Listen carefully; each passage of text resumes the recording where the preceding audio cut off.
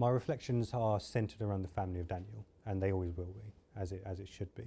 Secondary to that, I look back at the actions of my colleagues Yaz, and in particular Cameron, and I think about the way that they handled their initial response and the lives that they saved, and that's my reflections, and that's what I instantly think about when I think about the incident.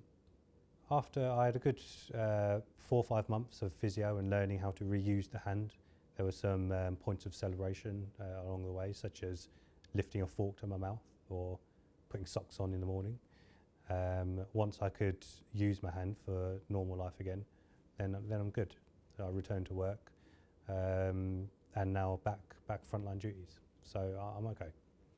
It's not affected me emotionally as much as it might have done, and I'm lucky.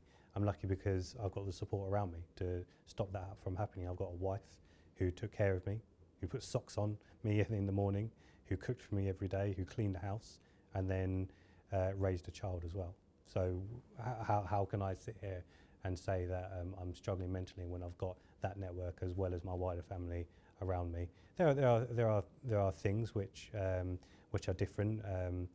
I have heightened sense of danger when we respond to knife-related calls or calls of danger, but we still do it, and we still do it as professionally as we can. Well, the overall objective was to disarm Mr. Monzo and effect the arrest of him, and it really is as simple as that. That's all you've got to do as a police officer on the ground: preserve life and make lawful arrests. Clearly, in this case, it was slightly more challenging because he had a 60-centimetre sword. So I initially had to decide whether to contain him or confront him, and that was the most challenging part for me. So en route, I was trying to weigh things up and go through the right thinking pattern, and I decided that he needed to be confronted before he caused more serious injury. So I approached him and used my Parva spray initially, which he blocked. And then I had no choice but to draw my baton because he was closing down the distance, swiping at me with the sword. So by the time he got to me, I had my baton out and up, and then we effectively hit each other. Our weapons hitting in mid-air and then catching each other slightly. I caught him a little bit, he caught me a little bit, but clearly a sword causes more damage, and so he cut my hand open.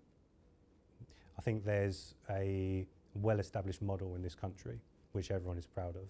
There are lots of people who have different ideas about the arming of police or what equipment police should have. I'm happy with the equipment that I've got, and I'm happy that I can effectively perform in my role, as are my officers. There was a series of events which meant that we were there challenging him at that time in the morning. We can't cover all bases, and sometimes this is what happens. So I've got no thoughts about any differences that police officers in this country should have. If anything, it's renewed mine and everyone else's focus to do our jobs. It's a very simple test. When faced with an incident like this, do we do as we expect from ourselves and what the public expect? If you expect a police officer to challenge someone with a sword, what do you imagine that police officer to do? And did we do that? Yes, we did, and we'll do it again. Thank you so much.